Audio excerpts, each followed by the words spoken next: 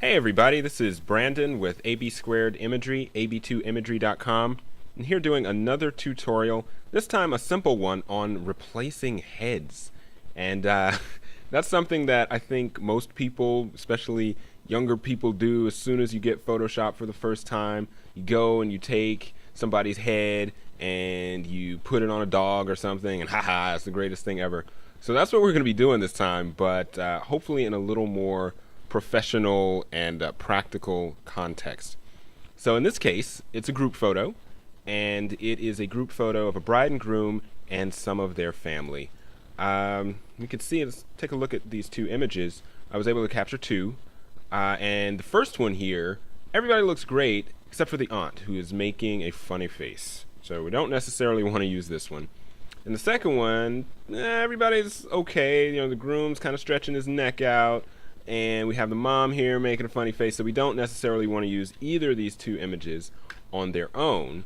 But what we can do is choose one of them as a baseline image and one of them as a donor image, and just copy the good and from the donor image and put it onto the bad from the baseline image.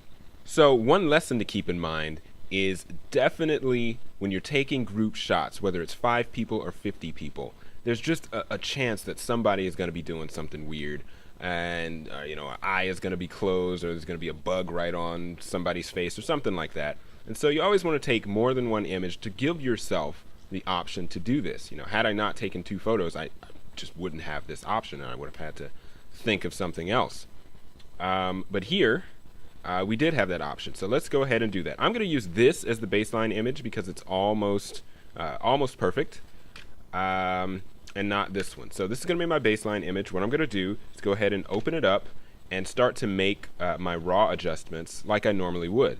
Now I'm not going to go over all of the raw adjustments in this tutorial. We'll do that in another one, but just whatever you're planning on doing. So I don't know, kick up the exposure a little, give it a little fill light.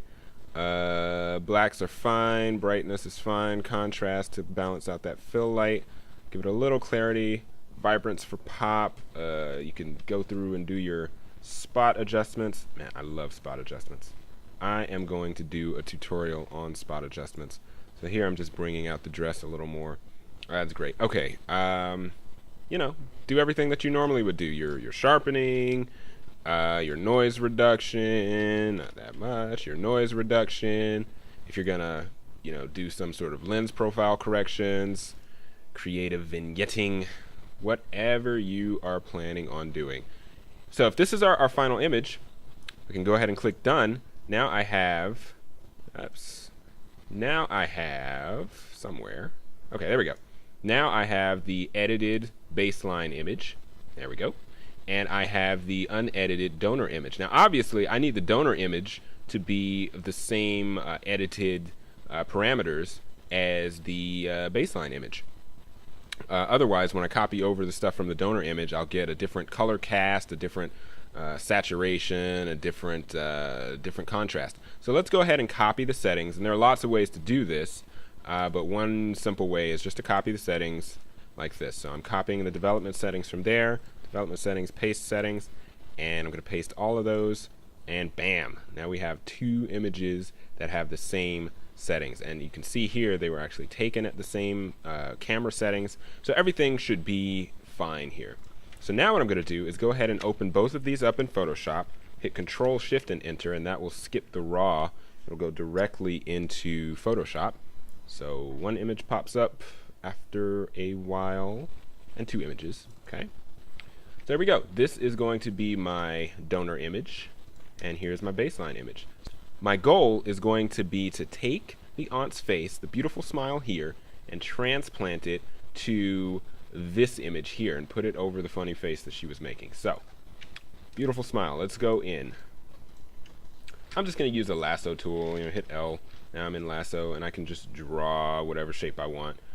Of course, you got to make sure that you have a little bit extra, and I think that's going to be sufficient. So I'm going to copy, make a layer via copy, and now I have this layer with just her face on it. So let's see, I can take that off. You can see it's a layer with just her face. Now I'm going to drag this layer onto my other baseline image. There we go. Now I can close this other image. I don't care about the donor image anymore. And now I have the face that I can put wherever I want. I can stick it right there. Let's zoom in. And there we go. We're done. Thank you for another tutorial. No. Okay. Obviously, this is close, but no cigar.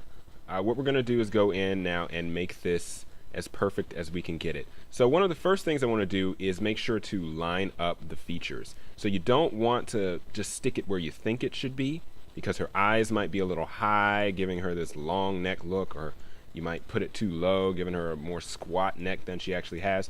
So I'm going to line up her eyes, and I'm going to do that using layer opacity to help me out. So if I just, on my numerical keypad, type 50, right, so 50, now I have a 50% opacity on this layer.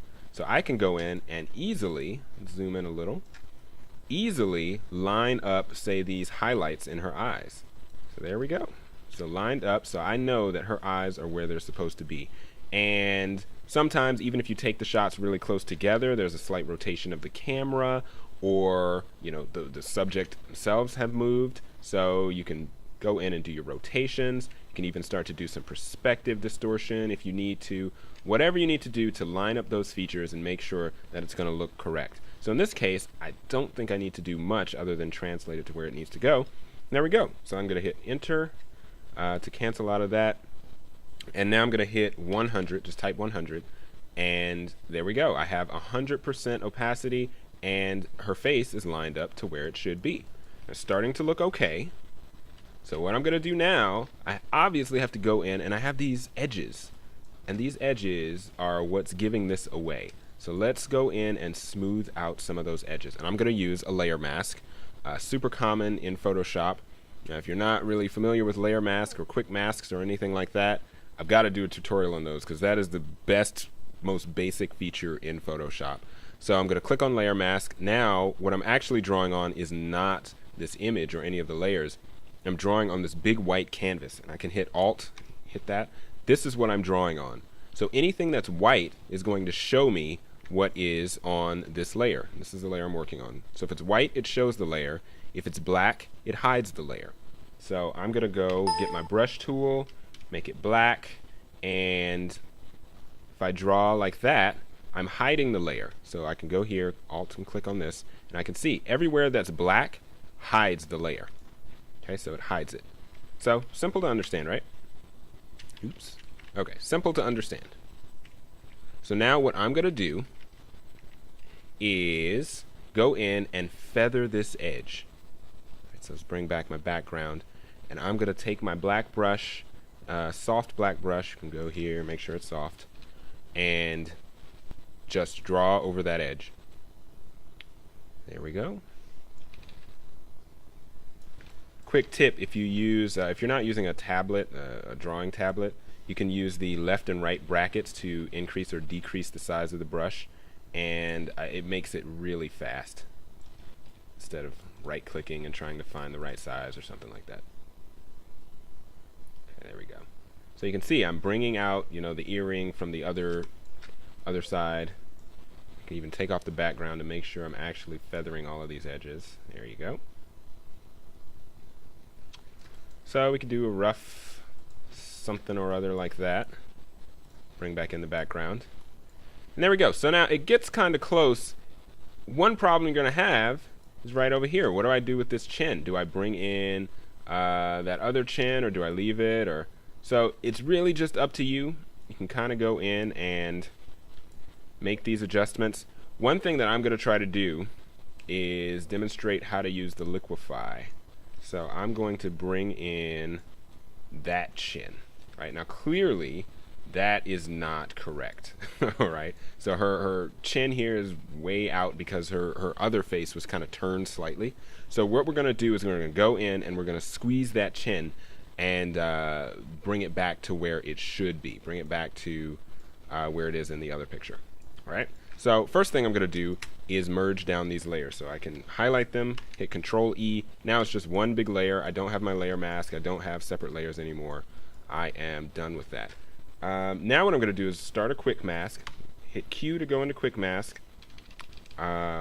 take my brush and draw in the area that I want to adjust, which is that. Hit Q again. Now I'm out of quick mask. Now I hit Control, Shift, Alt, and X. Oops, sorry, Control, Shift, and X. Yeah, there we go. Control, Shift, X. Now, what I can do is go in and start to play. I can take her chin and unsqueeze it. Now, this isn't necessarily what you're going to want to do all of the time because, of course, this introduces some artifacts. It's going to make those edges not as smooth. And, of course, it's all subjective. So I can play with this until I get something that I think is closer to what was actually there or that's more flattering. And hit OK. And there we go. So let's do it before, after. So before, huge, unrealistic chin. After, that is much, much better. Now you can see there's still some color disparity, but we can go in and play with that. But for now, I'm going to leave the tutorial at that. So before, after. Right, so that's the face before.